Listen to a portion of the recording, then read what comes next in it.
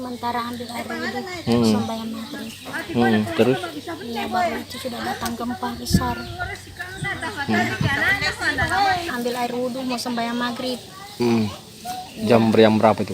Jam 6:05. Terus 18:05. waktu gempa ibu apa yang ibu lakukan? Iya itu saya cari anakku, saya bawa keluar, lari keluar di jalan. Terus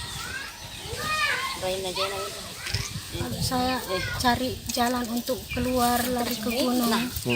berapa kilo dari rumahnya ibu? Itu saya tidak tahu, jauh dari rumah itu jauh. Jadi ibu tinggalkan rumahnya. Iya tinggalkan rumah. Kondisi rumahnya bagaimana waktu itu bu? Ya, sudah hanyut, rumah sudah hanyut. Hanyut bagaimana bu? Di bawah lumpur. Oh tertimbun lumpur. Iya, Itu di mana tepatnya? Petobo. Oh di kawasan Petobo itu. Iya, Petobo. Itu yang likuifaksi ya, yang Iya. terkena lumpur itu. Iya. Itu memang banyak rumah bu yang. Iya, banyak rumah di situ.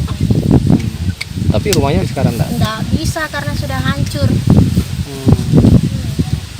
Dan itu saya di dalam rumah 4 orang. Dengan anak-anaknya. Dengan anak-anaknya. Terus Bapaknya keluar. jadi menyelamatkan diri dengan cara lari gitu. Iya, lari. Larinya ke gunung. Iya, lari ke gunung. Cari gunung yang tinggi. Terus kembali ke situ kapan? Besoknya.